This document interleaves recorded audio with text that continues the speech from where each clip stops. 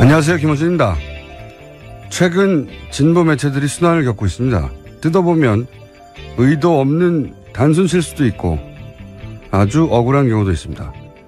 그런데 이 현상은 사실관계를 소상히 밝히는 정도로는 정리가 되지가 않습니다. 노무현 대통령의 서거에 진보 매체가 조력자 역할을 했고 지지자들은 방조자였다는 트라우마가 그 바탕이라고도 하고 그 외에 많은 분석들이 있습니다. 그런 면들 있을 겁니다. 저는 좀 다른 측면을 이야기하고 싶습니다. 우리 사회 진보 매체는 독재와 군사 정권에 부역하던 어영 언론을 비판하며 탄생했습니다. 당시는 부당한 정권을 견제하는 것만으로 기자의 안위가 위협받는 시대였고 정권의 비판의 날을 세우는 것만으로도 박수받아 마땅한 기자 정신의 구현이었습니다. 우리 진보 매체의 직업윤리와 소명의식은 바로 그 시절에 뿌리하고 있습니다. 세월이 흘러 김대중 노무현 정권 하에서는 정권 비판이 더 이상 비장한 각오를 필요로 하는 일이 아니라 가장 쉬운 일이 되었고 진보 매체는 여전히 같은 직업윤리로 그 10년을 보냈습니다. 그 후 보수 정권 10년을 겪고 이제 다시 진보적인 정권을 맞이했습니다. 이제 이런 질문을 할 때가 된 게 아닌가 싶습니다. 진보 매체가 진보 정권과 관계를 맺는 방식은 견제밖에 없는 것인가? 견제와 협력의 관계를 동시에 유지할 수는 없는 것인가? 오바마를 공개 지지한 뉴욕타임즈는 어떻게 어용이란 소리를 듣지 않으며 기자 윤리를 유지하는 것인가? 완전히 새로운 다중의 시대에 걸맞는 기자 정신은 어떻게 재정립되어야 하는가? 어제 옳았던 직업 윤리는 오늘도 반드시 옳은가? 앞으로 뉴스공장은 이 문제 지속적으로 여러분과 함께 고민하겠습니다. 김어준 생각이었습니다.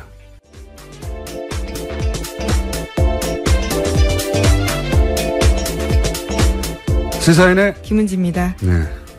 시사인도 고생 중이죠? 네, 저희가 한 1, 2주 후에 이 문제를 한번 다뤄볼까 합니다. 자, 첫 번째 뉴스는 뭡니까? 네, 서훈 국정원장은 어제 취임하자마자 국정원의 국내 정보 수집 기능을 폐지한다고 밝혔습니다. 현재 국정원 직원이 정부 부처나 공공기관, 언론사 등을 담당하면서 동향과 정보 보고를 하고 있습니다. 불법 사찰과 정치 개입 논란을 불렀던 기존의 담당 관제를 전면 폐지했습니다. 큰 조치네요. 예. 근데 이제 담당관 IO라고 불렀죠. 예. 이건 이제 정보 수집의 루트의 하나지 전부가 아니기 때문에, 예. IT 시대에 IO가 유일한 정보 수집 루트였을 리가 없죠. 예. 그렇죠. 예. 2014년이었던가요? 그 이탈리아 해킹팀 프로그램. RCS 프로그램이죠. 예. 예. 그걸 국정원이 이제 그 배에서 썼다는 건 이미 밝혀진 내용이고, 예. 그러니까 이제 국내 정치 개입, 정치 사찰 근절하기 위해서 이제 담당관을 폐지했다는 건데, 그 후속 조치가 더 중요할 것 같아요. 이 담당관 폐지는 굉장히 눈에 띄고 쉬운, 물론 쉬워도 아무도 하지 않았지만, 눈에 띄어서 확인이 가능한 조치인데. 노무현 정부 때는 했었습니다. 아, 그렇죠. 예. 근데 그 후속 조치를 과연 어디까지 할 수 있을까? 그리고 그 후속 조치로 금지된 행위가 지켜지지 않을 경우에 지금 이제 무관용, 예? 반드시 처벌하겠다는 거잖아요. 예. 네, 서훈 국정원장이 취임사에서 밝혔습니다. 무관용. 근데 이제 무관용의 원칙을 알겠는데 금지된 행위를 할 때 잡아낼 수 있는가? 저는 이게 굉장히 궁금한 영역이에요. 어차피 대단히 은밀한 행위이기 때문에 물론 잡아내면 무관용의 원칙을 지킨다 하더라도 잡아낼 수 있는가? 이게 예를 들어서 정치 사찰을 대상자가 인지한다는 건 굉장히 어려운 일이거든요. 불가능에 가깝죠. 예. 경험자로서 하는 말입니다. 어떻게 아셨나요? 불가능에 가까운데. 아, 그건 타고난 촉과 오랜 경험과 관찰력, 집중력, 내 주변에 있는 사람들에 대한, 내 주변의 차에 대해서 평상시와 다른 것이 무엇인가. 그거는, 정말 관찰력이 필요해요. 예. 스쳐 지나간 것을 놓치지 않는 희화간. 하여튼 관심사입니다. 저희가 앞으로 계속 이 문제 다루겠습니다. 다음 뉴스는요? 네, 더불어민주당은 사드 보고 누락 논란과 관련해서 이것이 하극상이고 국기문란이라고 규정하면서 청문회 열자고 하고 있습니다. 황교안 전 총리와 김관진 전 안보실장, 한민구 국방장관, 윤병세 외교장관을 청문 대상으로 지목했습니다. 하지만 자유한국당은 안보자의 코미디다라고 비판하고 있고요. 국민의당은 사드 청문회가 외교 파국을 초래한다라고 주장하고 있습니다. 자유한국당이야 이렇게 말할 수 있습니다. 자유한국당이 여당의 시절에 도입했던 거니까 사드가. 근데 그 과정에서 자유한국당의 그러니까 박근혜 정부의 그 안보 라인 전체가 지금 대상인 거잖아요. 네, 정부에. NSC 멤버 네. 모두입니다. 그러니까 이제 자유한국당에서는 반대하는 게 당연할 것 같은데 국민의당이 이렇게 나오면 안 되는 거죠. 국민의당은 애초 사드 반대 입장이었고, 그죠? 물론 뭐 대선 한 달 전에 잠시 찬성 제스처를 시작은 했지만, 바꿨죠. 그건 대선 때문이었다는 건 누구나 알고 있고, 기본적으로 DJ 대북 정책을 개선한 정당이 글쎄요, 정치적 포지션을 이렇게 잡아서 될지 모르겠습니다. 예. 여하간 청문회가 개최되기는 굉장히 어렵겠다. 예. 청문회가 안 되면 사법적 조치로 넘어갈 수도 있겠죠. 그 다음으로 바로. 다음 뉴스는요? 네, 군 당국은 노무현 정부 때도 거짓 보고한 전력이 있다라고 한겨레 신문이 보도했습니다. 문재인 대통령은 당시 청와대 수석비서관으로 이들 사건을 모두 지켜봤고 그렇기 때문에 당시의 경험이 기인해서 이번 사건을 매우 충격적이다라고 크게 역정내면서 의지를 재고 있다라고 하는 겁니다.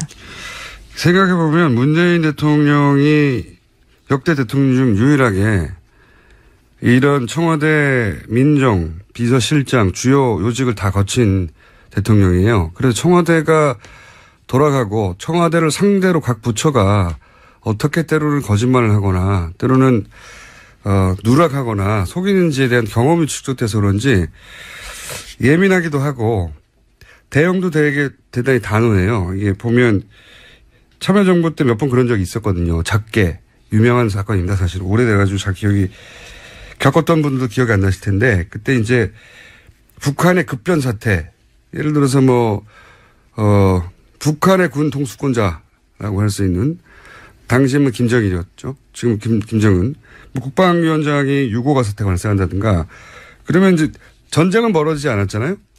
근데 그 위기 상황이기 때문에 전쟁이 아니니까 당시 참모정부 때는 이거는 군사작전으로 하지 않고 그러니까 군사작전을 하지 않는다는 얘기는 미군이 작전권을 발휘하는 게 아니라 한국이 주도적으로 이 상황을 대처하겠다. 예, 그렇죠. 개념계획 5029 하겠다라는 거죠. 예, 근데 이거를 군에서는 미군과 정부에 제대로 보고하지 않고 작전계획으로 바꿔버린 거예요. 작전계획이 되면 미군이 다시 군사작전이 되니까. 네, 한미연합사령관이 주관하게 됩니다. 우리한테 군사 작전권이 없으니까요. 네.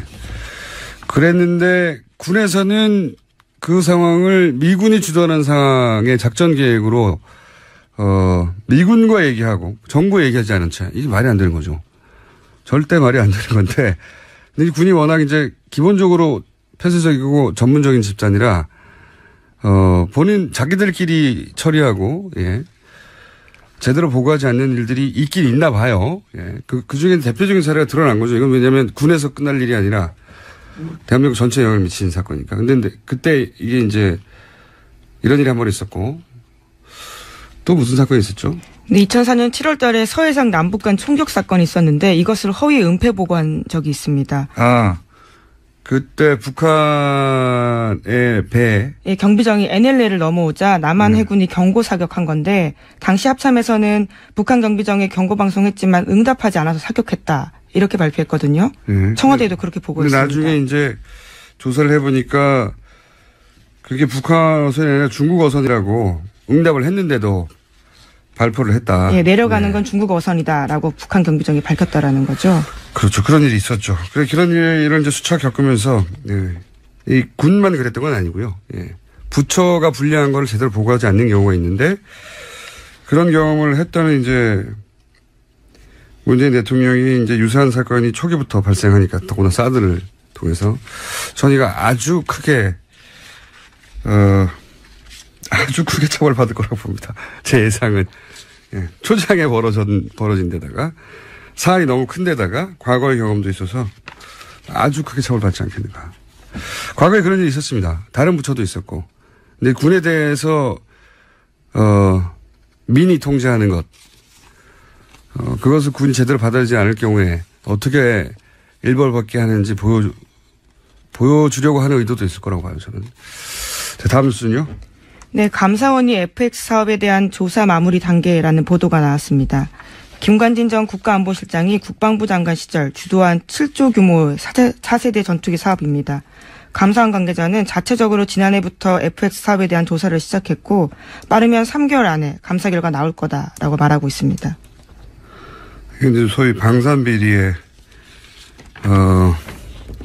출발이라고 할 수도 있겠네요. 예. 근데 이게 핵심 인물이 이제 사드 도입의 핵심 인물로 주목받는 김관진 전 실장. 당시 이것도 벌써 3년 전입니까? 2013년 9월 달입니다. 3년이 넘은 4년 전이네요. 그때 당시 크게 문제가 됐었거든요. 크게. 왜냐하면 이상한 말들이 많이 나왔어요. 정무적 판단을 해서 무기를 수입해야 된다고, 도입해야 된다고. 당시에 그 김관진 전 안보실장이 국방장관이었거든요, 당시에. 김관진 국방장관이 이상한 멘트죠. 군이 어마어마한 돈을 들여서 무기를 도입하는데 왜 정무적 판단을 해야 하는 건지, 예? 그 무기의 성능과 가격, 오늘 객관적 수치로 판단해야 되는데 정무적 판단을 표현을 썼고, 근데 정무적 판단이 뭐였는지 해명을 하지 않았어요, 당시에. 그리고 나서 수의 계약을 해버렸어요. 예, 로키드 마틴과 수의 계약했습니다. 예, 또 하필 로키드 마틴이에요. 로키드 마틴이 바로 이 사드, 이 사드를 이렇게 이상한 방식으로 사드가 꼭 필요하다 하더라도 이런 방식으로 도입하는 것에 대해서 의구심을 제기하면서 한 축으로 이제 로키드 마틴과 특수관계가 아니냐 이런 의구심을 계속 여기저기서 제기해 왔거든요. 근데 그 관계가 그런 관점에서 보자면 굉장히 오래된 거죠. 근데 우리 입장에서는 굉장히 불리한 계약들을 맺어왔던 건 사실입니다. 그때 전문 용어가 막 등장해가지고 어떤 사안인지 제대로 시사적으로 전달되지 않고 끝났는데 절충무역이니 무역의 방식 중에 특히 문제가 된 거는 이제 핵심 기술까지 다 넘겨준다고 했는데 알고 봤더니 가장 핵심인 기술은 넘겨받지 못하는 계약 조건이어서 예, 그래서 크게 문제가 됐죠. 왜 이렇게 도입했느냐 이런 식으로 무리한 계약을 했다라는 거죠. 사드보다 액수면에서 더 커요 여기가. 예, 훨씬 크죠. 사드는 뭐 이쪽에서 돈을 내라고 해도 1조라면 그때는 7조인가요? 8조인가요? 네, 7조 3천억 원 정도 예산 투입됩니다. 엄청난 사업이었는데 왜 이렇게 했느냐. 이렇게 큰 돈을 쓰면서 핵심 기술은 이전도 못 받고 다 이전받는다고 하지 않았냐. 하여튼 굉장히 큰 논란이 됐습니다. 지나갔지만 다시 감사 결과가 나오겠네요. 다음 뉴스는요? 네, 전국 4대강 16개 보 가운데 6개 보의 수문이 어제 일제에 열렸습니다. 수문이 상시 개방된 건 5년 전 보 준공 이후 처음입니다. 농업용수 공급에 지장이 없는 범위 내에서 보를 개방해보자라는 게 환경부의 판단이었습니다. 하지만 주변 농민들은 무더위와 가뭄에 보 개방은 무리가 있는 게 아니냐라는 우려를 나타내고 있다고 합니다. 특히 뒷부분 농민들이 가뭄 때문에 피해를 보고 있는데 이 물을 풀어버리면 어떡하냐. 이 대목이 계속해서 등장하는데 이게 사실은 4대강 방어 논리 중 핵심이죠. 예, 가뭄을 해결했다고 하는. 저희가 이 대목은 저희가 3부에서 정말 가뭄을 해결했는지 그리고 지금 이렇게 보호 수문을 개방하는 것이 가뭄이라 물이 아쉬운데 보호 개방을 하면 안 되는 이유가 되는 건지 좀 따져보기로 했습니다. 3부 기다려 주시고요. 다음 뉴스는요. 네, 박근혜 전 대통령 재판과 관련해서 방대한 증인과 촉박한 일정 탓에 재판부의 고민이 깊어지고 있다라는 보도가 나오고 있습니다. 주 사회 심리라는 강행군 일정 제시했지만 박 전 대통령 쪽에서 건강 문제를 꺼내들고 반발하고 있습니다. 제가 이 박근혜 전 대통령이 재판 관련해서 미리미리 예언을 했어야 되는 상황을 몇 가지 놓쳤어요. 아프실 예정이라는 말을 또 못했고. 왜냐면은 6개월 구속기간 만료를 보내버리고 일단 풀려나서 재판받는다는 전략이었을 때 그러면 그 방법이 뭐가 있느냐. 과거를 생각해 보면 아프실 예정이 다 당연히 등장하고 할 텐데, 그리고 존다는 얘기도 못했고, 제가 깨알어뒀습니다. 아프실 예정 카드를 다시 꺼내들으셨고, 목적은 하나죠. 근데 제가 이번에는 통할 것 같아요. 왜냐면, 다 증인과, 예, 진술한 사람 모두 직접 나오라고 하는 전략. 예, 그거 4개월 만에 못하거든요. 4개월 남았는데. 네. 230명 넘게 불러야 됩니다. 그렇게 그건 4개월 만에 불가능해요. 4개월 후면 아마 법원에 출퇴근하는 박근혜 전 대통령이 화면에 잡힐 가능성이 대단히 높다. 이제 막을 방법이 없어요. 이 전략으로 나오면. 실제로는. 아프신데 어떻게 해요? 다음 주는요? 새누리당이 어제 조원진 의원에게 당원권 정지 13개월이라는 중징계 내렸습니다. 조 의원 쪽에서는 징계 사유가 무엇이고 통보받은 것도 없고 소명 절차가 전혀 없었다면서 심의 대상이라는 문자 메시지만 왔다라고 밝혔습니다. 재밌는 뉴스네요. 의원이 한 명인데. 네, 그 그렇죠. 새누리당입니다. 네, 그 한 명이 대선 후보인데 그 대선 후보를 당원권 정지시켰다는 거 아닙니까? 네, 그렇죠. 네. 그럼 당에 의원이 한 명도 없는 거잖아요? 당원권이 정지됐으니까. 새누리당은 굉장히 단호하고 절도 있는 정당이네요. 다음 뉴스 전해주십시오. 네. 트럼프 대통령이 미국의 파리 기후 변화 협정 탈퇴를 공식으로 발표했습니다. 이로써 미국은 오바마 전 대통령이 지난해 9월에 비준한 9개월 만에 파리 기후 협정을 백지화한 겁니다. 어떤 의미에서 참 대단하네요. 트럼프 대통령은. 이게 197, 8인, 한 200여 국이 참여한, 거의 전 세계가 참여한 거거든요. 그 중에 미국이 이제 탄소 배출량이 세계 2위인가 그래요. 예. 예. 이거 관련해가지고 과거에 석유협회나 이런 곳에서 끊임없이 로비를 해왔거든요. 이해단체가 확실한 곳이 있습니다. 예. 그 이해를 대변하는 겁니다. 확실하게. 여기 국제적 비난이나 유럽에서 많죠 지금. 이미 1위 국가 중국이거든요. 중국은 재빨리 유럽으로 달려가가지고 우리는 지킨다고.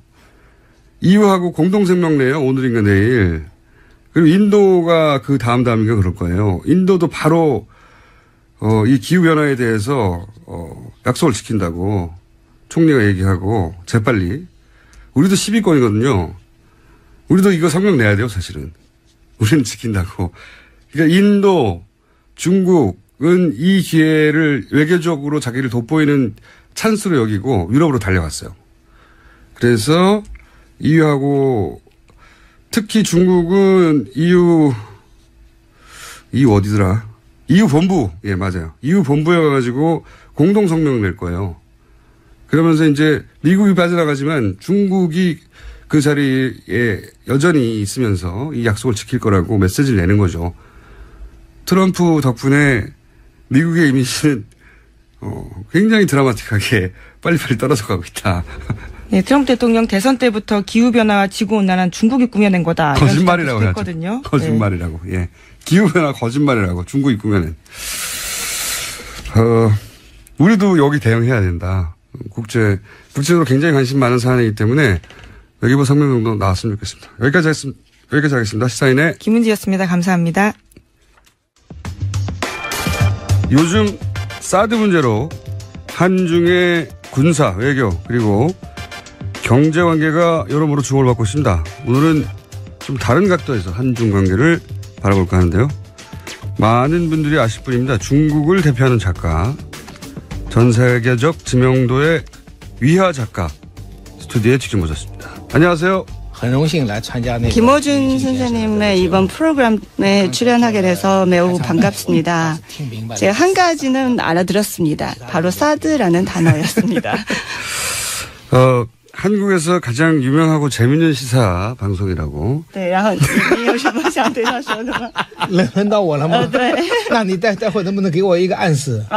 对， 매우 날카롭고 재미있는 시사 프로그램이라는 것을 이제 얘기 들었고요. 혹시 오늘도 재미있는 뭔가 이야기를 터뜨릴 생각이신지 네. 그거 매우 궁금합니다. 그거는 이제 작가님한테 달려 있어요. 작가님한테 달려 있는데 자.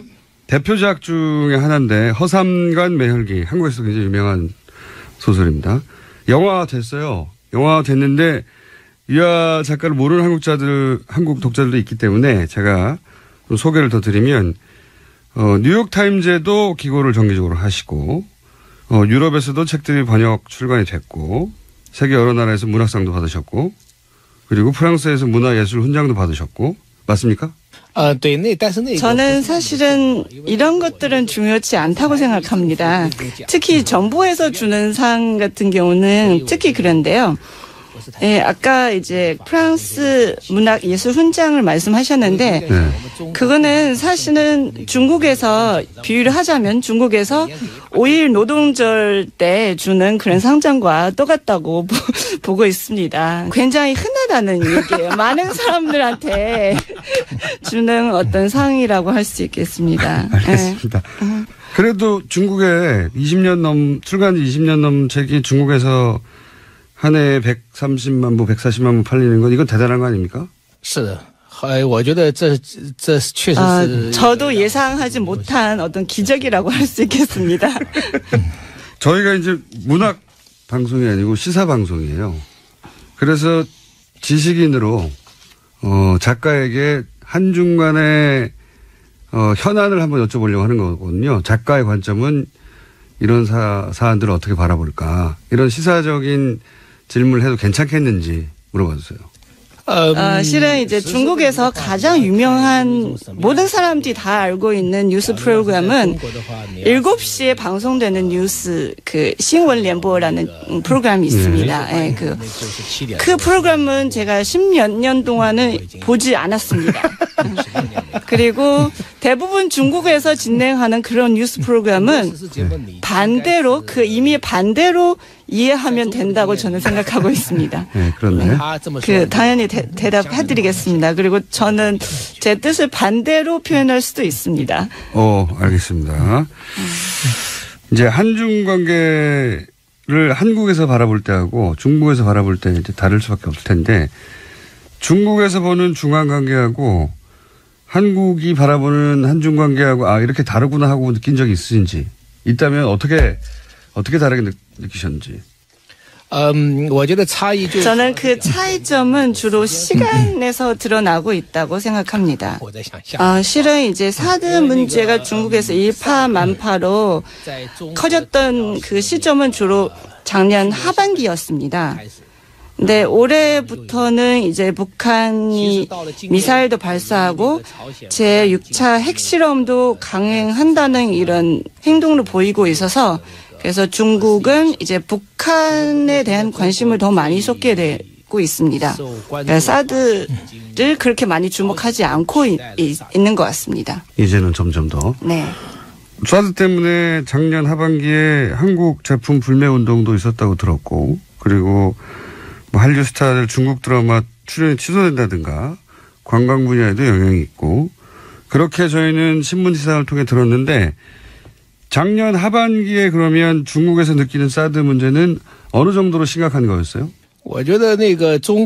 저는 중국인도 그렇고 한국인도 그렇고 사드를 너무 심각하게 생각하고 있는 게 아닌가라는 생각을 합니다. 사드는 정치적이고 이제 군사 외교적인 문제인데요. 일단 사드의 역할을 놓고 보자면 일단 그 레이더를 600km에서 2000km까지의 탐측을 가능하다고 이게 얘기를 하는데요. 한국에서 사드를 지지하는 사람들은 이런 그 시스템이 한국을 보호할 수 있다고 이제 생각을 하는 거죠. 근데 중국은 이제 사드 시스템이 굉장히 중국을 위협하고 있다고 생각을 합니다. 실은 이제 미국의 이런 사드 시스템을 비롯해서 이런 이제 미사일 요격 시스템 같은 경우는 실효성을 봤을 때 그러니까 여태까지 이제 17차례를 이제 요격 시험을 해봤는데 9차례만 성공을 했고 그리고 2004년부터 3차례도 이제 실패를 한 경험이 있습니다. 그래서 과연 이 시스템의 어떤 미사일 요격 능력이 어느 정도 있는 건지 그거는 이제 장담할 수 없는 거고요. 저는 사드는 굉장히 정치적인 문제라고 생각을 합니다. 사실은 중국에서 일반 사람들의 어떤 생각은 이제 정부의 어떤 입장이라든지 그리고 관병 언론의 어떤 입장에 많이 끌려다니는 부분이 있습니다. 그러면 중국의 일반적인 여론은 이제 중국 당국의 입장하고 같이 가는 거네요?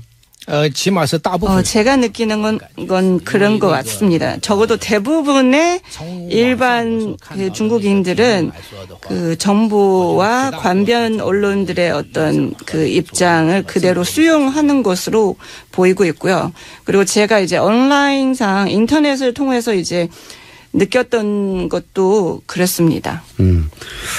그런데 아까도 말씀하셨지만 뭐 중국이나 한국이나 이 사드에 대해서 지나치게 민감하게 반응하는 것 같다고 말씀하셨는데, 그리고 사드는 정치적인 문제라고 군사적인 문제라기보다는 그 관점에서 이것이 미국이 중국을 견제하려고 하는 것인데 그 사이에서 중국과 한국 사이에 지나치게 긴장관계가 만들어진 거 아니냐.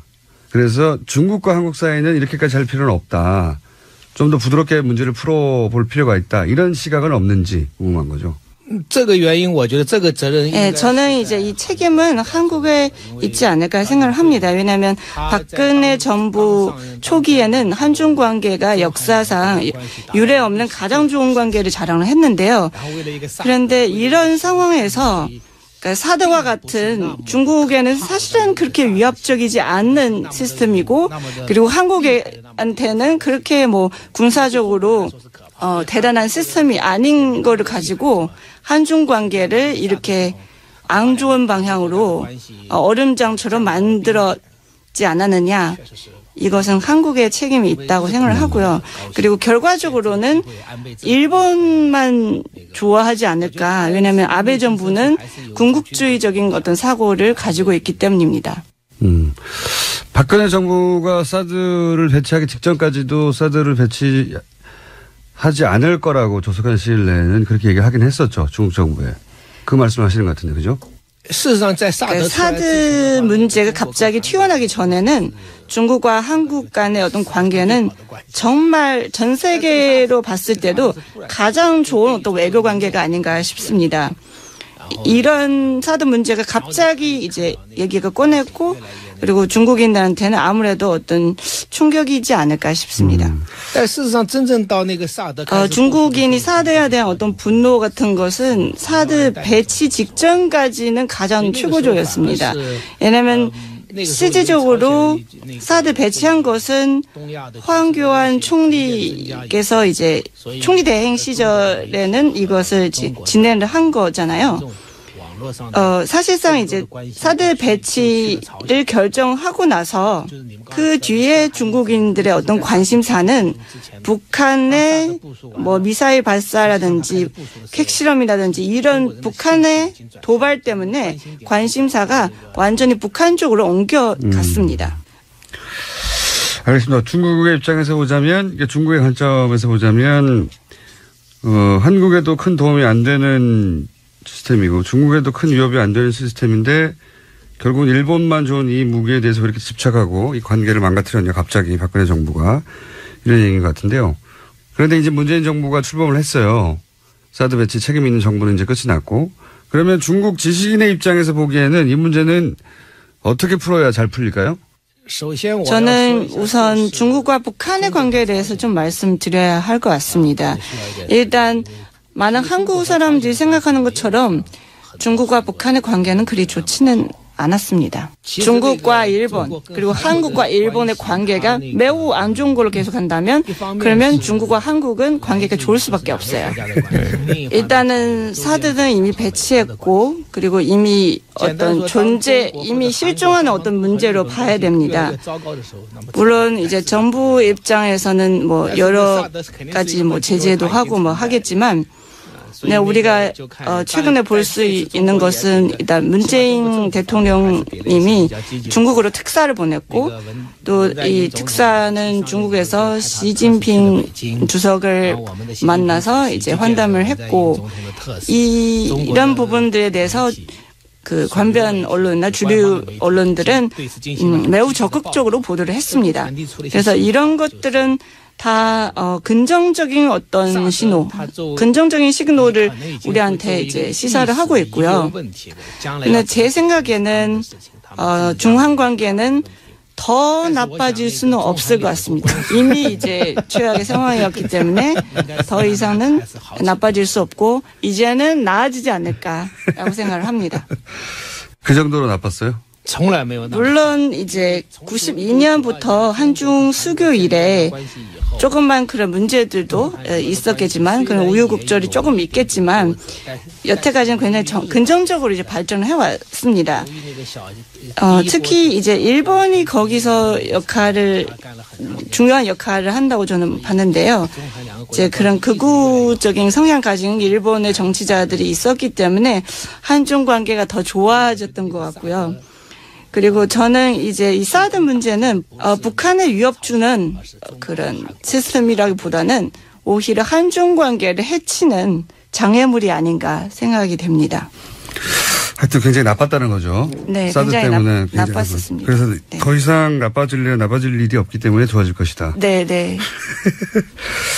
그러니까 이 사드 문제는 박근혜 정부가 만들어 놓은 문제이기도 한데 지난 대략 9월부터 이제 최순실 박근혜 게이트가 한국에서 시작되고 이 뉴스가 중국에서도 크게 보도가 됐죠. 중국에서는 이 사건을 어떻게 보셨는지.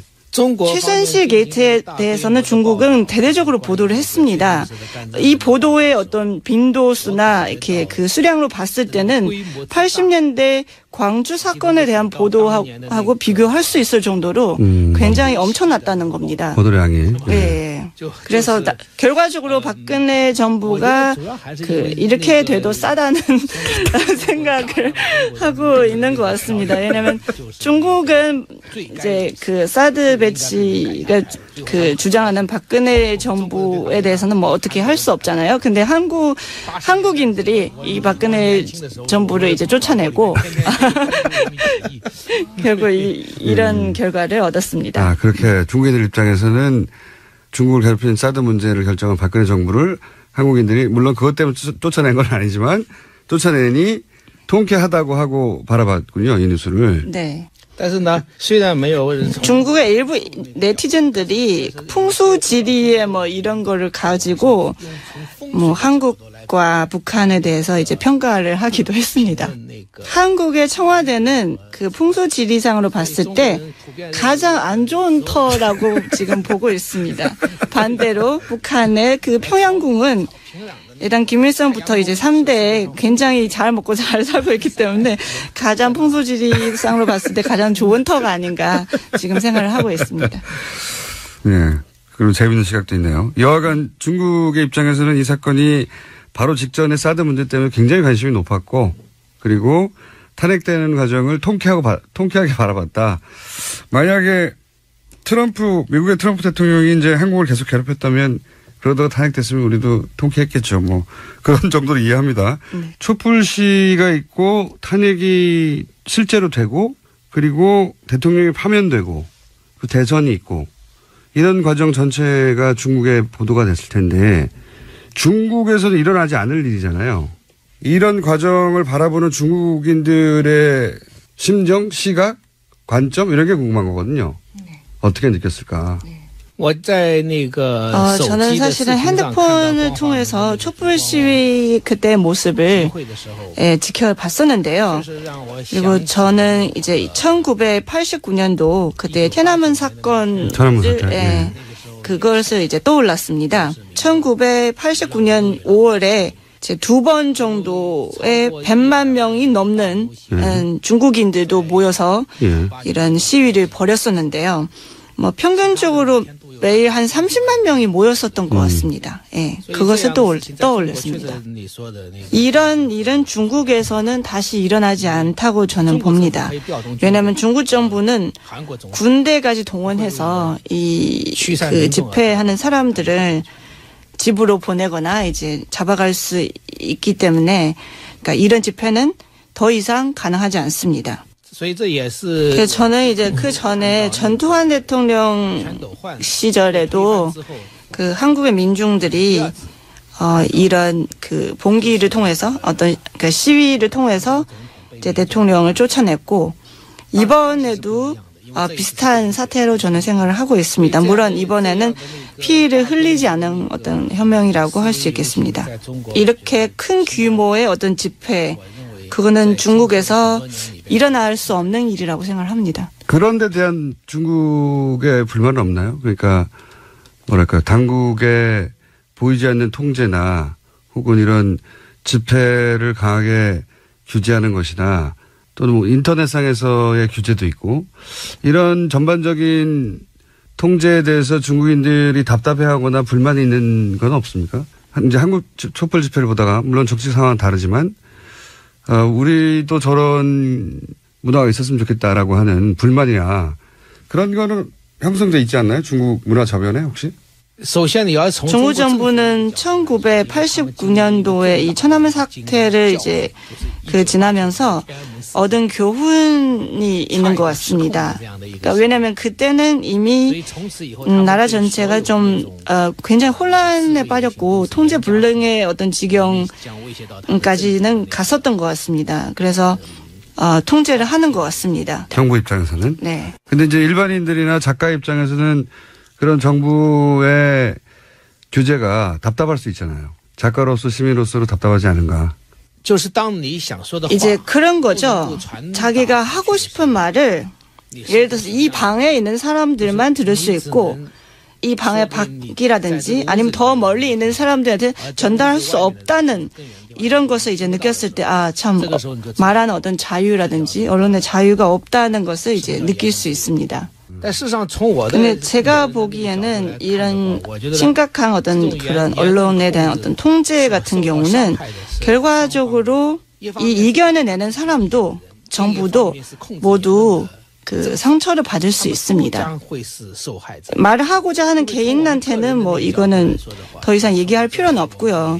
그러니까 정부의 입장에서 말을 해도 이런 통제는 단기적인 어떤 안정을 보장할 수 있습니다. 그러나 장기적으로 봤을 때는 더 심각한 어떤 위협 요인이 될 수도 있습니다. 왜냐하면 민리, 사람들의 어떤 생각을 알 수 없기 때문입니다. 그러니까 민주사회에서는 일단 선거제도가 있고 그리고 언론의 자유가 있기 때문에 정부가 이런 의견을 수렴해서 정체적으로 이제 반영을 할 수 있습니다.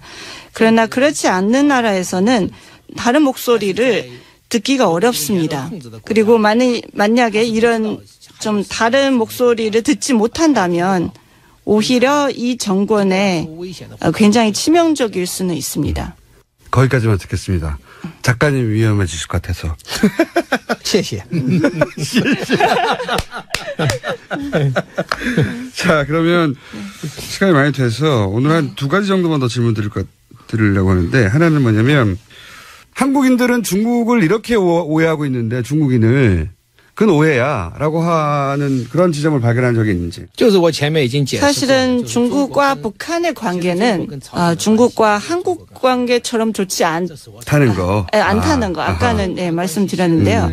물론 이제 한중 관계에 사드 문제 있고 앞으로 이 문제를 해결해야 되겠지만, 그러니까 중한 관계가 훨씬 더 좋다는 것을 이제 말씀드릴 수 있습니다. 그렇군요. 한국에서는 흔히 중국을 통해서 중국이 북한의 문제를 해결하거나 컨트롤할 수 있다고 생각하는데 네. 둘 사이 관계가 굉장히 좋지 않다. 중국에서 네. 바라보기에. 네. 오해군요. 이하 작가님을 모르는 한국인에게 한국의 잠재 독자에게 내 책을 딱 한 권만 읽으면 무슨 책을 읽으라고 하시겠습니까? 다 읽기 너무 많아요. 한 권만 읽는다면? 새로 다시 내놓은 그 형제라는 책을 추천해드리고 싶습니다. 이유는요? 문화대혁명부터 오늘날까지 중국의 역사를 아시려면 이게 가장 적절한 어떤 소설책이 아닌가 싶습니다. 그렇군요. 자료를 보다 보니까 부모님도 의사였고 원래 의학도 오셨다면서요? 왜 작가가 되신 겁니까? 이게 마지막 질문인데. 치과 의사를 해본 적이 없으셔서 아마 얼마나 지루한 직업인지 모르실 것 같아요. 매일 이렇게 막 떡 벌린 입을 보고 그리고 이 안에 건강하지 않은 치아 상태를 보려면 그걸 굉장히 괴롭습니다. 그래서 다른 일을 하고 싶은데 작가가 되었습니다. 많은 직업이 있잖아요. 의학도에서 작가가 된 결정적인 이유가 있나요? 80년대 초에 그때 어떤 작은 현에서 이제 제가 살고 있었는데 거기 현지 어떤 작가들이 항상 뭔가 놀러 다니는 것 같았어요. 그리고 저는 하루에 8시간씩 일하고 6일 연속 일을 해야 됐습니다. 그리고 받은 돈은 사실 똑같았고요. 근데 생각을 해보니까 작곡 같은 경우는 다시 배워야 되고 뭐 화가 같은 걸 되려도 배워야 되지 않습니까? 근데 작가 같은 경우는 글만 쓸 줄 알면 할 수 있을 것 같아가지고. 처음에 쓴 소설이 바로 성공으로 이어졌나요? 제가 사실은 그렇게 빨리 성공을 거두지는 못했습니다. 처음에는 단편 소설 위주로 썼습니다. 경상의 많은 도시에 있는 그런 문학지에 계속 이제 보냈죠. 제 작품을 보내고, 네, 항상 퇴짜를 맞았습니다. 그래서 저는 그때 이제 마당에 있는 집에서 살고 있었는데, 제 원고지가 오면 항상 그 우체국 아저씨가 던져줬습니다. 마당 밖에서 안으로 슉 던졌었는데요. 그래서 저희 아버지가 또 이번 퇴짜 맞았구나 이렇게 말씀하시기도 했는데, 사실은 그때 제가 이 작품을 보냈던 중국의 수많은 도시들이 있는데 지금까지도 다 가보지를 못할 정도로 굉장히 많았습니다. 그럼 첫 번째 성공이 언제, 얼마나 시간이 지난 다음에 어떻게 사람들이 알만한 작품이 탄생한 겁니까? 그게 뭡니까? 사실은 이제 제가 92년도에 活着, 그러니까 살아간다는 거, 그 한국에서 뭐 인생 이렇게 번역하기도 했는데 그 책을 이제 내놨는데 시제적으로 98년도부터 갑자기 인기가 좀 많아진 것 같습니다. 그리고 20년이 지났는데도 지금 해마다 100만 부 이상 팔리고 있습니다. 인생이요? 네네. 어떤 이제 문화평론가 같은 분이 저를 찾아왔었습니다. 그래서 그 인생도 있고 호상관 매혈기도 있는데 그 책이 왜 이렇게 잘 팔리고 있는지를 분석을 해봤는데, 그래서 뭐 첫째, 둘째, 셋째, 넷째 이렇게 나열을 했는데 저는 굉장히 힘들게 끝까지 이제 참고 들었는데 제가 보기에는 다 헛소리인 것 같습니다. 제가 중국에서 이렇게 그 인기 작가가 된 것은 결국은 운이 좋아서 그렇습니다. 제 철학관하고 비슷하시군요. 예. 운이 좋아야 돼요. 운이 좋아야 돼요. 98년에 무슨 운이 터진 거죠, 근데? 저도 사실 어리둥절합니다. 그냥 출판사만 바꿨을 뿐인데 갑자기 어느 날에 슈퍼마켓 갔더니만 슈퍼마켓까지도 그 인생이라는 책이 떡하니 이제 팔고 있었더라는 거죠. 저는 이제 형제도 한국에서 크게 성공할 것 같다는 예감이 듭니다. 왜냐하면 출판사를 바꿨기 때문에.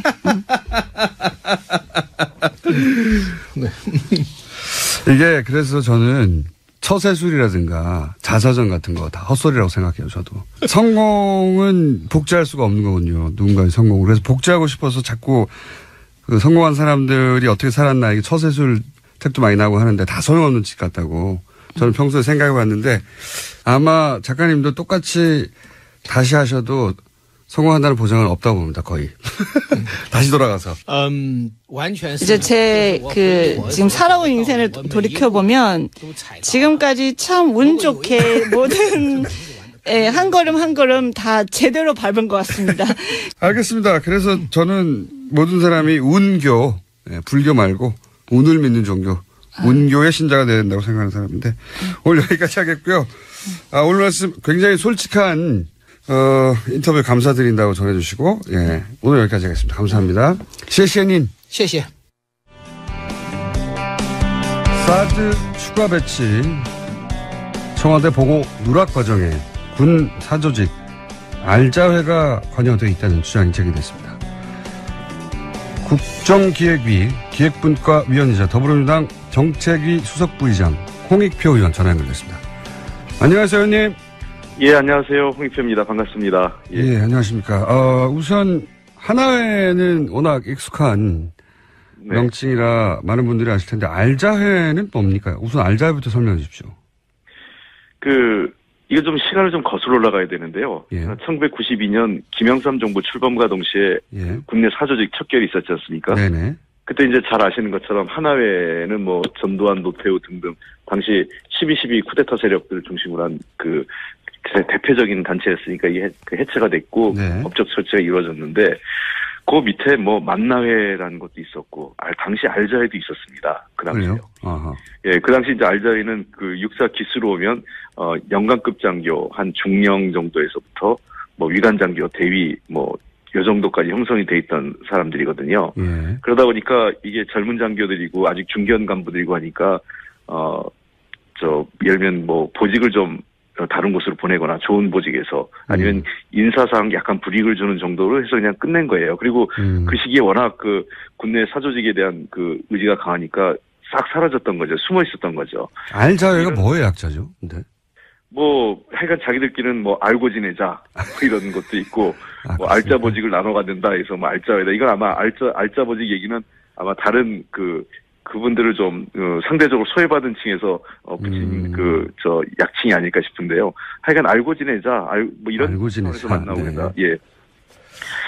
이런 이 사람들이 쭉 그동안 하다가 지금 이명박 박근혜 정부 들어와서 특정 지역을 중심으로 해서 다시 알자회를 중심으로 군내 사조직이 다시 좀 활성화됐다. 이런 지금 여러 가지 제보나 또는 그 정보가 지금 확인되고 있는 것입니다. 그렇습니까? 그러면 알자회 소속이라고 하면 육사 몇 기 정도에 해당되고 기수당은 몇 명 정도 되는 겁니까? 대략 지금 정보에 따르면 예. 한 34기에서 한 43기에서 예. 기수당 한 10여 명 정도로 하는데 이거 뭐 그때 하나회랑 거의 비슷한 거죠. 그러면 120명 정도 되는 거네요? 그렇죠. 한 뭐 100명이 좀 넘는 형편인 거죠. 예. 아마 지금 현재 예편한 사람도 있고 하니까 예. 실제 현역이 있는 분들은 그보다 훨씬 수가 적을 거예요. 현역의 숫자는 한 절반 좀 넘거나 그 정도 있지 않을까 싶습니다. 그러니까 과거에 알자회라고 있었던 것은 사실인데 네. 이제 이 알자회가 이명박 박근혜 정부를 거치면서 다시 군의 주요 보직들을 자기들끼리 나누기 시작했다. 네, 이런 정황인 거죠? 그렇습니다. 그러니까 지금 군내 중요한 보직들이라고 하면 예를 들면 잘 아시지만 이 정부 부처에 가보면요 어떤 부서에 가면 승진하는 부서가 있습니다. 그렇죠. 예. 뭐 기업도 그렇지만 대개 이제 핵심적인 게 인사 관련 부서 예. 또는 정책 관련 부서는 대개 이 부처 내에서 엘리트들 또는 승진 거기 가면 다음에 어디로 가고 딱 이게 정해져 있어요. 뭐 그런 것처럼 이 군내에서도 그 인사 쪽하고 정책 쪽이 굉장히 중요한 핵심 보직이고 예. 또 이 군대도 기억하시는지 모르겠지만은요. 옛날에 보면 전두환 노태우 두 분이 잘 나갈 때만 해도 뭐 1사단은 전두환 사단, 9사단은 노태우 사단 이런 말도 있었습니다. 그렇죠. 그런 말 있었습니다. 특정인의 자기 사단장 중에 출세한 사람의 이름을 붙여서 누구누구 사단 이렇게 이름을 붙여가지고 되게 그런 경우에는 하나의 출신들만 특히 전두환 전 대통령과 인연이 있거나 추천한 사람들이 계속 그 1사단장으로 와가지고 그 사람이 다 승진하고 이런 형태를 했었어요. 과거 한때는요. 그러니까 주요 보직을 자기들이 차지하고 자기 후배들에게 물려주고 이런 구조였지 않습니까? 그런 거죠. 그래서 예를 들면 특정 사단장을 하고 나면 그 다음에 보직은 자연스럽게 국방부의 요직으로 들어오거나 육군본부나 아니면은 야전군 사령관의 부사령관으로 군사령관의 부사령관을 가거나 그리고 나서 좀 이따 군단장 승진하고 이런 것들이 굉장히 자연스럽게 누가 보기에는 굉장히 경력이 당연히 그런 커리어가 좋으니까 그렇게 승진하는 거 아니야 보이지만 실제로 그렇게 서로 주고받게 하는 거죠. 그런 하나회에서의 못된 관행, 잘못된 관행이죠. 그게 이제 알자회에서 다시 반복된다고 하는 구체적인 정황, 그러니까 보직과 관련돼서 매우 구체적인 정황이 나왔습니까? 지금 실제로 여러 가지 감찰을 해보면 내부 감찰이나 감사원 감사 금방 드러납니다. 왜냐하면 누가 알자회인지는 이미 군내에서 다 알고 있어요. 예. 제가 그래서 특정인 이름을 하진 않겠는데 아까 제가 했던 요직이라고 할 수 있는 국방부의 정책 라인 있지 않습니까? 예. 정책기획관이나 정책실장 자리 예. 그리고 기무사령부 기무사 예. 그다음에 특정 사단장직 그다음에 한미연합사 등 특전사령부 이 특정사령관과 관련된 직위 그리고 이러한 것들이 되게 지금 현재 알자회와 관련돼 있는 중요 보직으로 지금 회자되고 있는 것입니다. 그리고 그 주요 보직에 알자회 출신들이 지금 현재 자리를 맡고 있는 건 팩트고. 뭐 제가 실명까지 하지 않겠고요. 많은 분들이 지금 뭐 지금 현재는 다는 아니지만 상당 중요한 보직을 거기에 그 대물림하고 차지하고 있는 것입니다. 이게 이명박 박근혜 정부라고 이제 크게 말씀하셨는데 그럼 범주가 10년이란 말이죠. 혹시 네. 특정 시점부터 본격적으로 시작됐다 이런 시점이 있습니까? 실제로 이게 그 본격화된 건 아마 박근혜 정부, 이명박 정부 후반부터인 것 같아요. 예. 그래서 이분들이 본격적으로 이제 그때부터 그 힘을 모아가면서 특히 지금 이 박근혜 정부에서 그래서 이분들이 문제가 돼서 민정 라인에서도 실체를 확인을 했는데 예. 이게 우병우를 중심으로 해서 묻었다. 이게 이제 지난번 그 청문회 때 우리 박범계 의원이 지적한 사항이지 그렇죠. 않습니까? 예. 예. 그러니까 이게 최순실하고 연관돼서 승진하고 우병우 전 민정수석과 연결해서 뭐 자기들의 그 어떤 인사상의 그 어떤 뭐랄까 특혜를 누리고 이런 것들에 대한 제보가 끊임없이 좀 제기되고 있는 겁니다. 그래서 이 문제를 그 제대로 그 해결하거나 분명히 처리하고 넘어가지 않으면 군의 어떤 공정한 인사상의 공정성이랄까 정의 이런 것들을 바로잡을 수 없다 저는 보고 있습니다. 세계일보에서 제가 기억하기로는 그런 관련 보도를 한 걸로 기억하는데 최순실 비서를 활용한 군 인사 개입 관련 의혹 이런 보고를 이게 보고서가 나왔죠. 이게 그 당시 박근혜 민정 라인에서 만든 보고서라는 거 아닙니까? 네네. 그 당시에 그래서 이게 문서 보고 유출 관련돼서 찌라시라고 그랬지만 사실은 나중에 만든 문건이라고 확인은 된 거 아니겠습니까? 네네. 근데 그 문건만 봐도 내용이 잘 나옵니다. 누가 어떻게 했고 어떤 일을 했는지는 대략의 윤곽은 이미 그래서 제가 아까 말씀드린 것처럼 당시 민정 라인에서도 실체를 확인을 했다 이렇게 말씀을 드리는 겁니다. 그러니까 실체를 확인했고 당시 보고서를 정확하게 기억은 안 나는데 특정 기무사령관이 부임하면서 이렇게 본격화됐고 이것을 민정 라인에서 파악을 했는데 덮었다 그냥. 예. 그런 겁니다. 예, 예. 덮었고. 예. 실제로 그 안에 보면 작은 그 동그라미로 군내 사조직, 알자회 세력화 동향 이렇게까지 해서 자세하게 내용이 나옵니다. 네, 그러니까 청와대에서 군 내부에서 그런 동향이 있다는 걸 보고한 문서가 유출돼서 세계일보가 보도를 했었죠. 예. 그렇습니다. 그래서 이거를 그 당시에는 찌라시라고 그러고 인정 안 했지만 나중에 법원 판결이 뭐였습니까? 이 문서는 청와대에서 만든 거라고 인정을 했지 않습니까? 예. 최순실 씨, 당시 보고서에 따르면, 유출됐다고 하는 보고서에 따르면, 최순실 씨가 이제 이런 알자의 군인사에 개입을 하였고, 네. 그래서 그 대상자들에게 수사 촉구도 필요하다고 하는 내용이 있습니다. 실제로. 그 안에. 네. 예. 수사는 이루어지지 않았지만. 그렇습니다. 네. 여기까지가 이제 그동안의 언론을 통해 밝혀진 건데, 근데 이 알자회하고 사드 보고 누락 과정하고 관련이 있다는 건 이제 처음 나온 얘기인데 이게 어떤 정황인가요? 제가 이제 문제 제기를 했던 건 어제 회의에서, 예. 지금 이 사드 보고 누락이나 정보가 은폐되고 있는 구조가 크게 첫 번째 세 가지를 얘기를 했어요. 예. 첫 번째는 이제 그 안보의 특수성을 강조하면서 비밀주의, 예. 또 법적 절차를 무시하는 그런 것을 정당화시키는 경향이 하나 있고요. 예. 두 번째는 그러다 보니까 군에 대한 문민 통제를 약화시켜 온 거죠. 예. 사실은 모든 민주적인 정부에서 군이라는 집단은 고도의 물리력을 가지고 있는 집단이기 때문에 민간에 의한 통제를 강화시켜가 있지 않습니까? 예. 그럼에도 불구하고 그것이 굉장히 약화된 거죠. 박근혜 정부 들어와서 특히나. 예. 그리고 이러한 것들이 가능했던 구조는 이런 핵심적인 라인, 사실 국방부 내에서도 이 사드와 관련돼서 정보를 공유한 그 사람들은 몇 안 됩니다.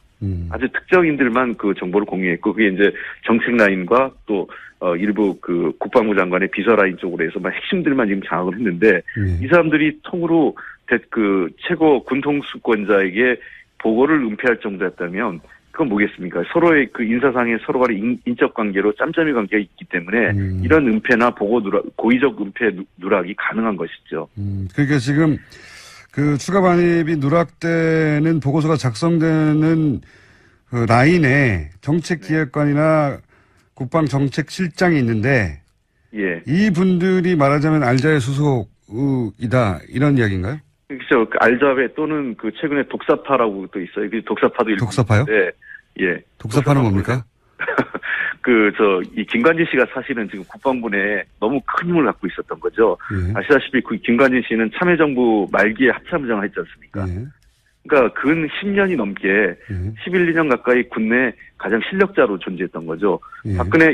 이명박 박근혜 정부 치면서 최고 실력자로 자리 잡았지 않습니까? 네네. 그러니까 독일 사관학교를 연수를 갔다 왔는데 그 이후 김관진과 관련된 그 국내 여러 그 실세들이 다들 독일 사관학교 연수를 갔다 온 사람들이 국내 요직을 독점하고 김관진 이맥을 만들어서 이제 소위 독사파다 이런 얘기가 안에서 지금 회자되고 있는데 이러한 사람들, 그러니까 제가 문제가 되는 거는 이런 알자이든 독사파든 또 한민구 인맥이든 이런 국내 특정 인맥으로 관련된 사람들이 이 국방 업무를 좌지우지했다는 것 자체가 정상적으로, 그러니까 자기들끼리 서로 선후배들끼리 좋은 보직을 물려주고 하다 보니까 앞에 있는 사람의 잘못을 밝히는 게 아니라 덮고 가고 거기에 같이 승선하는 거죠. 그런 구조에.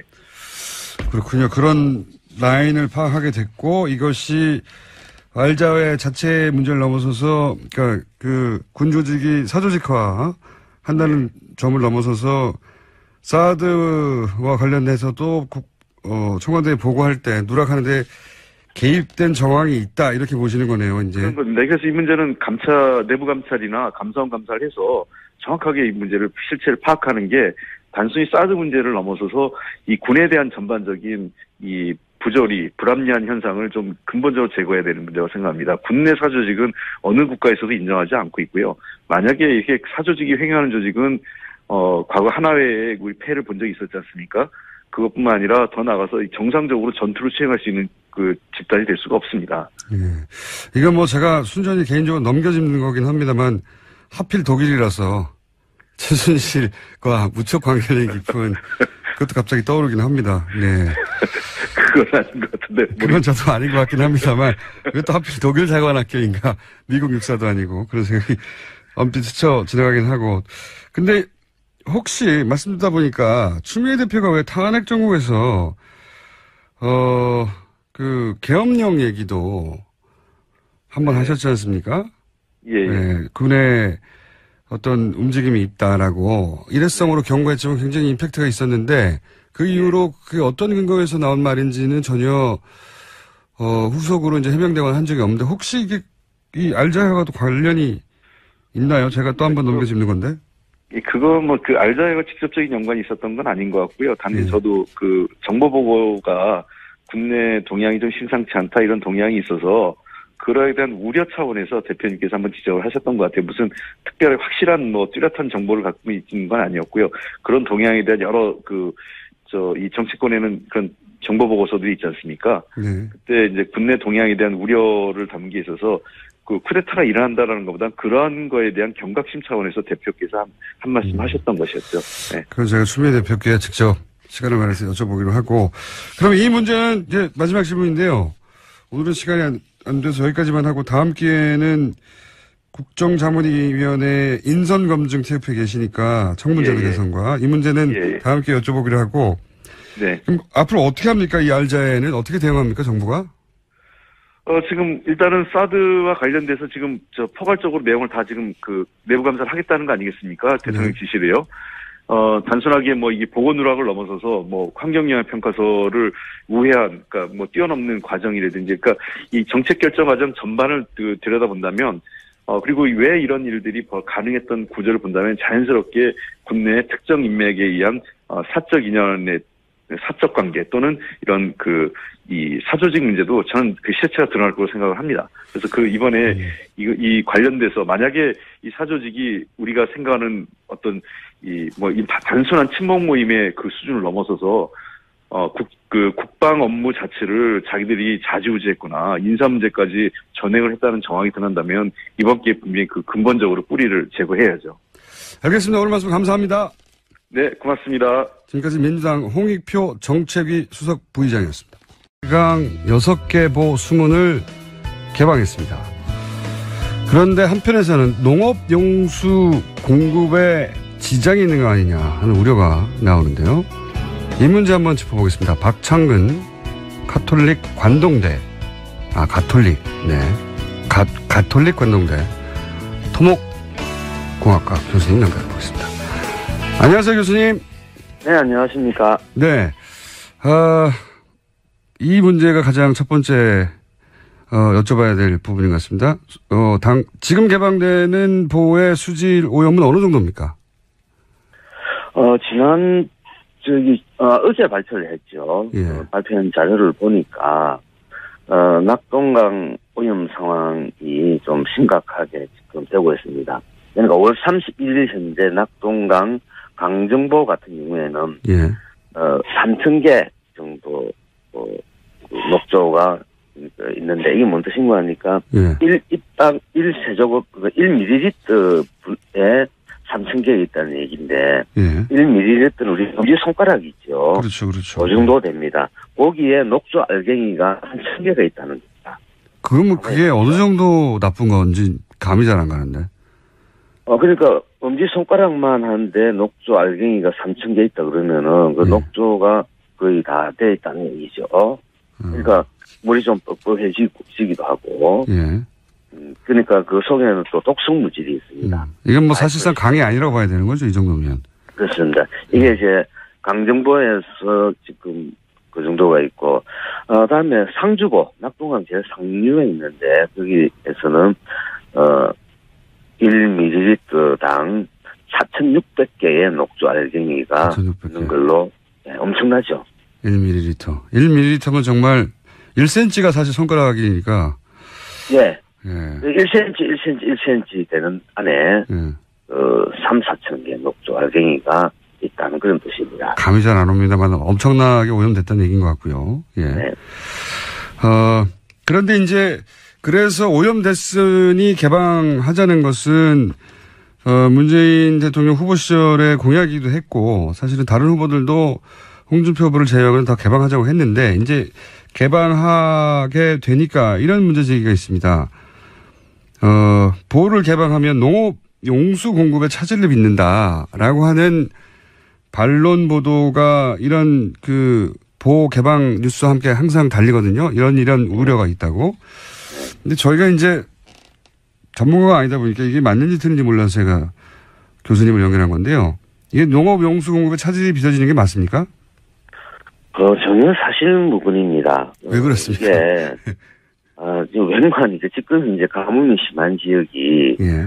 충남 서부 지역, 그러니까 서산시, 예산군, 횡성군, 보령군 이쪽이거든요. 예. 이쪽은 금강으로부터 적게는 30km 이상 떨어져 있는 지역입니다. 그리고 수계를 달리하는 지역이거든요. 아, 그렇군요. 그러니까 수계라는 게 산능성이를 이야기하는데 거기로 지금 물을 퍼올려가지고 보내야 되는데 실제로 지금 보령댐 같은 경우에는 금강으로부터 물을 퍼올리는데 고개를 하나 넘어야 됩니다. 이게 한 140에서 50m 정도 되는 고개를 넘어야 되니까 물 공급하는 완로 길이도 길 뿐만 아니라 이 펌핑을 해야 되니까 전기료 요금이 상당히 올라옵니다. 그러니까 경제성이 전혀 없는 거죠. 그렇게 안 한다는 말씀이신 거죠? 한마디로. 네, 네. 하기는 하는데, 울며 겨자 먹기로 지금 있는 그런 양상입니다. 그러니까, 지금 이제 보호의 수문을 연다고 해서 물이 없는 게 아니거든요. 그러니까, 그리고 지금 보호 수문을 여는 인근 지역, 그러니까 4대양 사업을 했던 지역 인근에서는 4대양 사업 전에도 물이 부족해서 농사를 못 지은 적이 없습니다. 좀 떨어진 지역도 다르지만 양수시설이 그만큼 잘 되어져 있었다는 그런 뜻이죠. 그러니까 수문을 열어버리면은 농업용 지수구 높이만 맞춰주면은 얼마든지 물을 공급할 수 있다고 봅니다.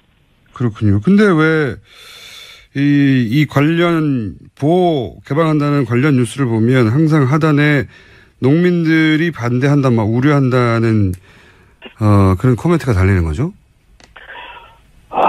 아무리 그 4대양 사업을 지난 정부 때 추진했던 정부가 수문을 여는데 농업용수를 공급하지 못할 만큼 수위를 낮추는 정도로 아주 적극적인 수문 개방을 할 수가 없습니다. 근본적으로. 왜냐하면 그렇게 되면은 그렇지 않습니까? 수문 개방했는데 인근 농경지에 그 수위가 낮아져가지고 농업용수 공급 못한다 그러면 이거 밀란이 일어날 일이거든요. 그렇죠.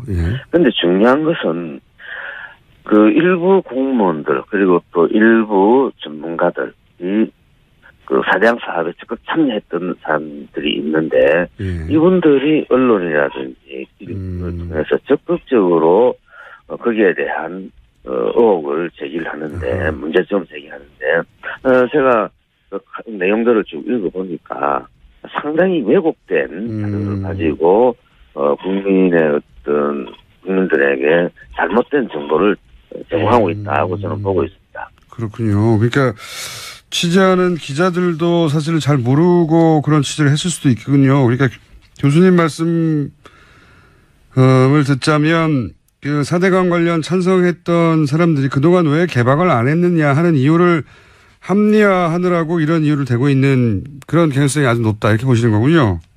실제로 그 내용들을, 기사 내용들을 일부 언론에 나온 기사 내용들을 쭉 모니터링 해본 결과, 그분들은 4대강 사업에 찬성을 했거나, 그리고 그로 인해서 어떤 혜택을 받았던, 그런 분들이었는데, 만약에 수문을 개방해서 말 그대로 수질이 개선이 되고, 생태가 다시 복원되고, 이럴 경우에, 당장 국민들로부터 그러면 도를 왜 설치했느냐.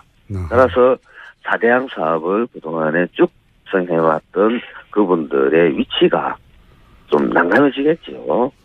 그러다 보니까 지금 이 시점에서 또다시 그 곡하가세로 국민들을 속이고 있다고 저는 보고 있습니다. 알겠습니다.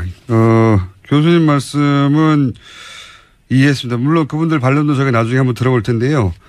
그러니까 4대강 사업을 했던 그 핵심 지지 논리가 홍수를 방지한다든가 가뭄 물 부족을 해결한다든가였는데 그 연장선상에서 이 숨을 열어버리면 그동안 안 열었는데 열어버리면 그동안 본인들이 주장했던 대로 농업용수 문제가 생길 것이다라고 말할 수밖에 없다. 그분들 입장에서는 본인들이 4대강 사업을 했던 이유를 합리화해야 되기 때문에 이렇게 진단하시는 거군요. 네, 그렇습니다. 알겠습니다. 그런데 제가 다른 인터뷰에서 본 것 같은데 농업용수가 부족할 수 있다는 이제 잘못된 우려 혹은 왜곡된 주장이 이렇게 불거진 정부 책임이 있다 말씀하신 것 같은데 정부 구체적으로 어떤 말씀이십니까 이게? 초창기에 공무원들이 상당히 대응을 아주 소극적으로 했었습니다. 무슨 얘기인가 하니까 아직도 그 정부 내에는 4대강 사업에 적극 관여했던 그리고 책임을 져야 할 분들이 있기 때문에 소극적일 수밖에 없다. 제가 그러니까 지난 5월 22일 날 청와대에서 발표를 했지 않습니까? 수문을 연다. 5일 전에 제가 이런 어떤 팁을 한 적이 있습니다. 문 대통령께서 수문을 열라 해도 공무원들은 이리저리 꼼수를 부리면서 수문을 안 열 것이다. 제대로 열지 않을 수 있다. 그런 얘기를 했는데 지금 현재 상황을 보면은 그런 요소가 다분히 저는 있다고 봅니다. 다시 해서 수문을 제대로 못 열었다는 얘기죠. 이게 무슨 논리인가 하니까 지금 함안보 같은 경우에는 수심이 지금 세계 도면을 보면 6m입니다. 근데 수문 여는 게 0.2m밖에 수위를 안 낮추거든요. 그러면은 수심 기준으로 30분의 1 정도 수위가 낮아집니다. 그 얘기는 연속 방정식에 따르면은 유속이 30분의 1 정도 증가하게 되거든요. 그러니까 공학적 입장에서 본다면은 30분의 1의 유속이 증가하는 것은 의미가 없는 숫자입니다. 그러니까 열긴 열지만. 그러니까 수문을 열었는데 녹조가 저감되기에는 유속이 한계가 있고 더더욱이나 계속 날씨가 따뜻해지지 않습니까? 왜냐면 녹조는 점점 더 많이 생길 거거든요. 그러면 어떤 논리가 발생하는가 하니까 옛날에 시민사회단체 또는 일부 4대강 반대를 했던 사람들이 수문을 열어라 했는데 열어봤다. 열어보니까 오히려 녹조가 더 증가하더라라는 잘못된 결과를 만들 수가 있습니다. 그래서 이 부분에 대해서 지금 정부도 적극 대응해야 되고 우리 시민사회단체도 거기에 대한 어떤 관심을 계속 가지게 될 필요가 있습니다. 그렇군요. 그러니까 열라고 해서 열긴 열지만 아주 조금만 열어서 그 정도로는 녹조 해결이 안 되는 정도로만 문을 열어놓고 봐라 녹조 해결 안 되지 이런 주장을 할 가능성이 높다고 보시는 거죠? 그렇죠. 여름철이 되니까 또 녹조가 더 많아지지 않습니까? 오히려 녹조가 그럼 0.2m 정도 일어났다 그러면 오히려 여름철이 계속 다가오지 않습니까? 그러면 녹조가 오히려 더 증가할 수 있거든요. 그러니까 이런 것들을 다 무시해버리고 봐라 수문을 열어서 열었는데 녹조가 오히려 더 증가하지 않느냐. 그래서 보가 그 녹조 발생의 원인이 아니다. 이런 어떤 잘못된 논리를 만들 가능성이 있기 때문에 이 부분에 대해서는 조심할 필요가 있습니다.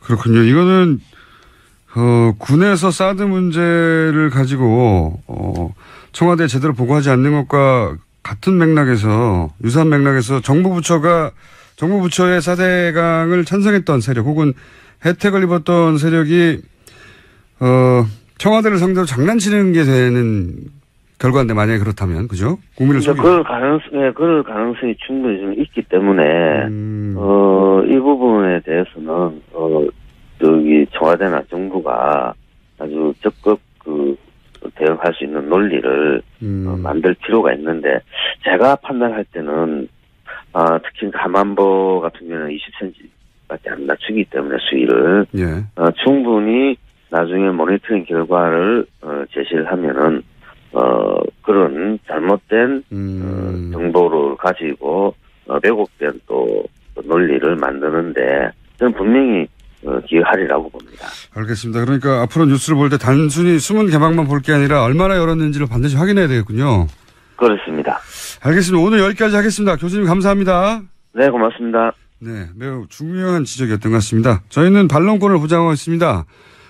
수문 개방이 녹조 해결에 도움이 안 된다고 생각하시는 전문가들 저희가 열심히 섭외해서 인터뷰하려고 하고 있는데 잘 안 되고 있습니다. 네, 앞으로도 반론이 있으신 분은 연락을 주시고 저희 섭외를 좀 받아주시기 바랍니다. 지금까지 박창근 가톨릭 관동대 토목공학과 교수님이었습니다. 네, 불친절한 AS 시간입니다. 어제 저희가 급조해서 만들었던 영어 코너는 불시불시에 등장할 겁니다. 오늘은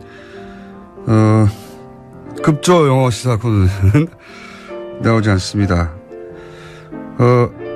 뉴스 공장 정확하게는 TBS가 어디까지 잡히는지 알려달라고 했더니 충남 서천을 지나가다가 잡혔다고. 네, 그러시군요. 섹시 공장장.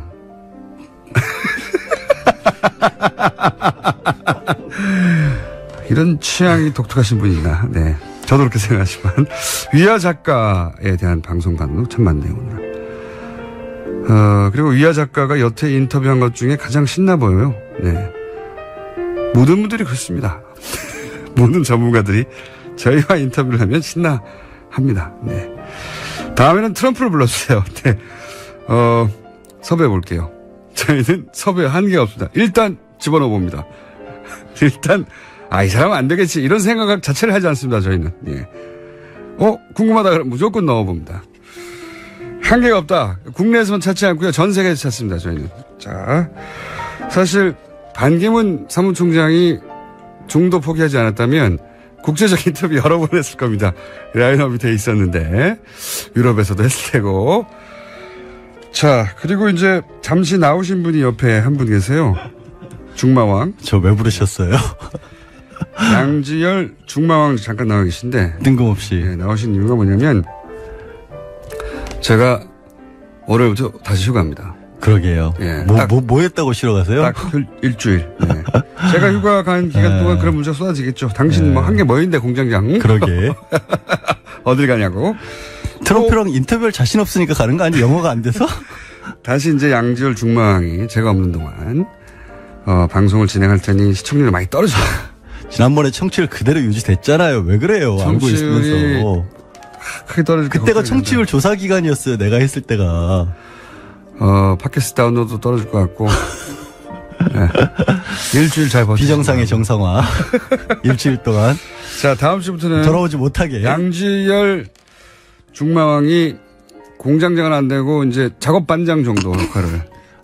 일 맡기고 가면서 그렇게 또 그 사람에게 민폐를 끼치죠. 양반장이라고 제가 부르겠습니다.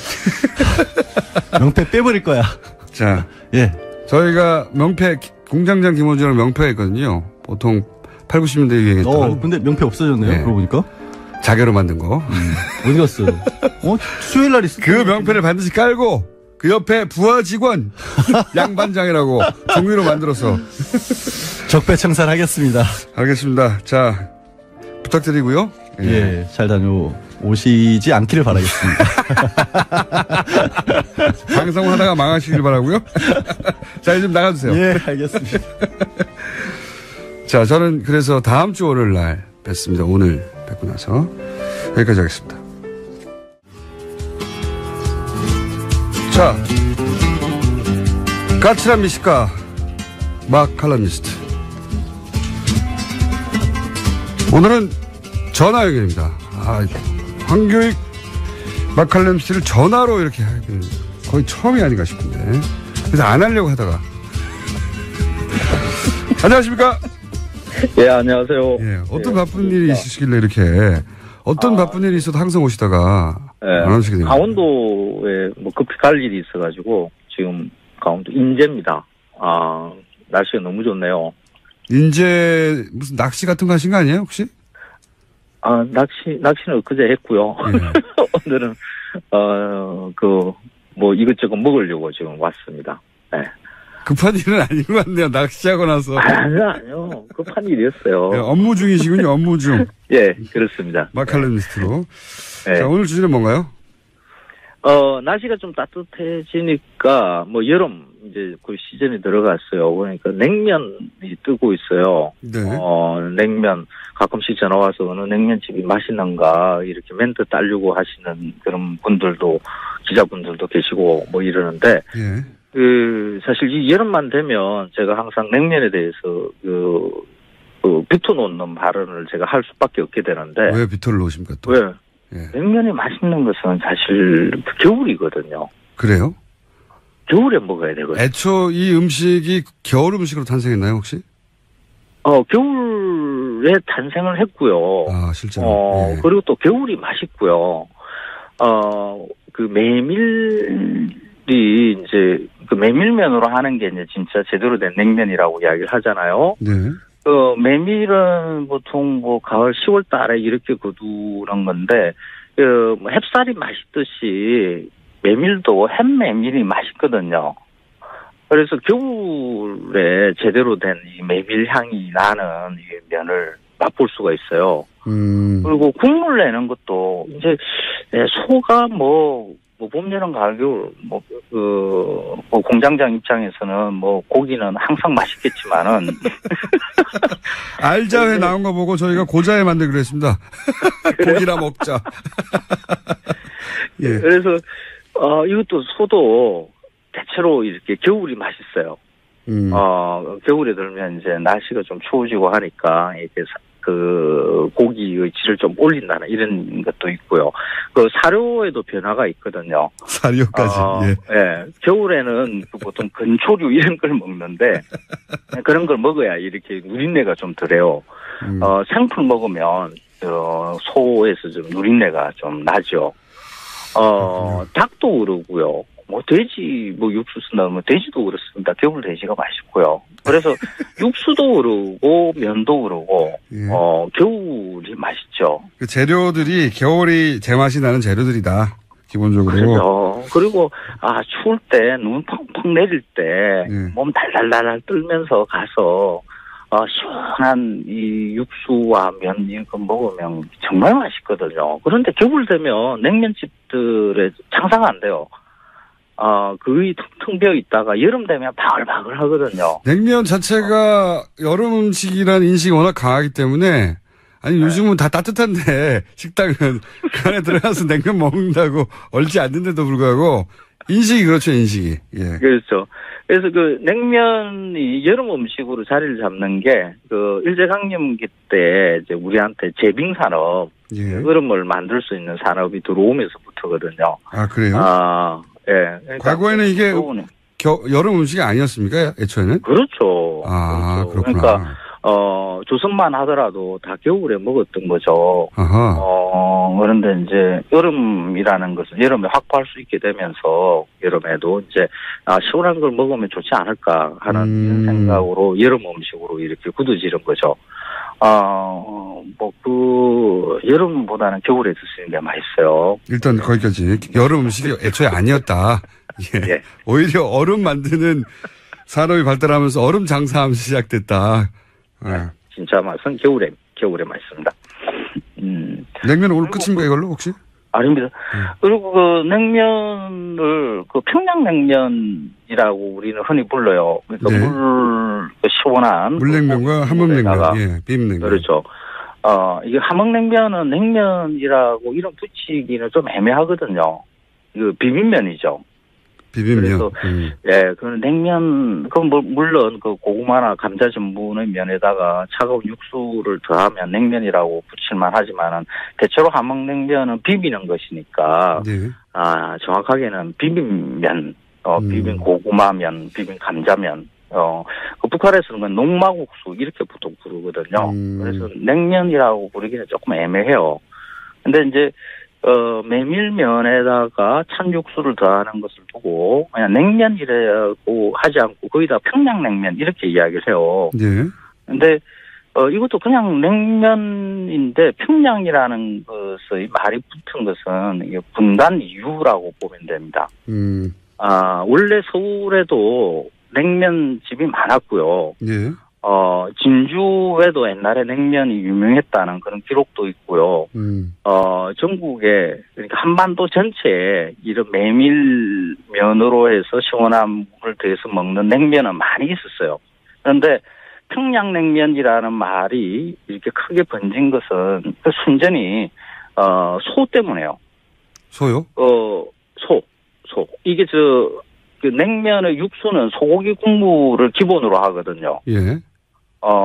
그런데, 요즘은 이제 우리가 한우라 그러면 뭐 횡성한우, 머성한우 뭐 이렇게 지역마다 유명하다 이렇게 붙어 있지만은 그거는 그냥 지역에서 키우는 그 방식에 따른 이런 분류고, 일제강점기만 하더라도 소가 지역마다 달랐어요.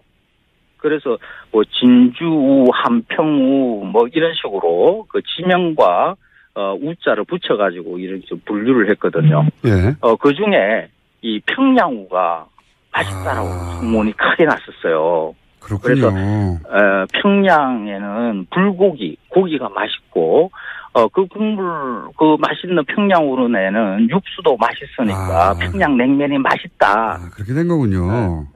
평양의 냉면이 맛있는 거죠. 평양냉면이 맛있는 게 아니라. 평양에 있는 소가 맛있기 때문에 그 소로 만든 육수, 그 육수에 담긴 냉면이 맛있어서 평양냉면이 맛있다. 이렇게 된 거군요. 네, 그렇죠.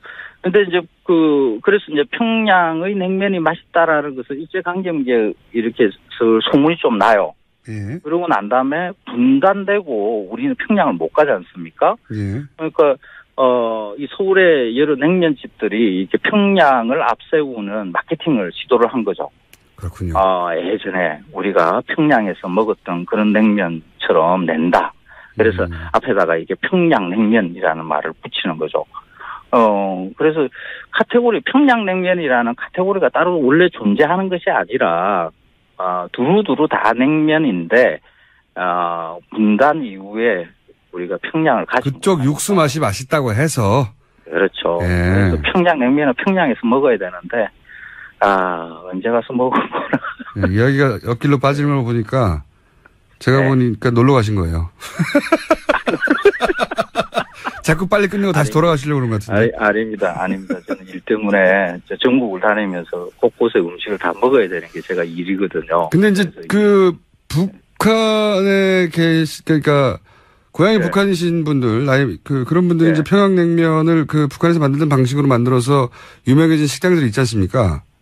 네, 그런 식당들이 있죠. 보통 북한에서 오신 분들, 이런 분들이 냉면을 가게 하시는 분들이 많고요. 그런 분들의 식당에 가야 진짜 냉면 맛이 난다라고 생각들을 하죠. 그렇죠. 저는 근데 저도 그렇습니다. 솔직히 근데 평양냉면을 그런 평양 방식으로 만들었다고는 냉면 맛이 잘 없더라고요. 저는 좀 심심하고. 안 그런가요? 고기만 드시니까 냉면 맛을 아시겠어요? 인정. 이게 냉면 흔히 우리 말하는 평양냉면이라는 이 물냉면을 먹으면 사실 이게 뭔 맛이야 하는 분들이 많아요. 아니 물냉면을 좋아하는데 이게 평양식으로 전통으로 만들었다고 하는 곳은 좀 심심하더라고요 저는. 예. 맞아요. 심심해요. 예. 이 심심하다는 게 매력이 있는 거죠. 원래 심심한 게 무슨 매력입니까? 심심할 뿐이죠. 그게 아니죠. 원래 맵고 달고 짜고 하는 이런 자극적인 것은 그냥 입에 넣으면 그 맛이 확연하게 느껴지니까. 그렇습니다. 내 감각을 곤두세울 필요가 없어요. 미식가들은 그러면 되는 거죠. 그 맛에 집중하면서 즐기는 거예요? 맞습니다.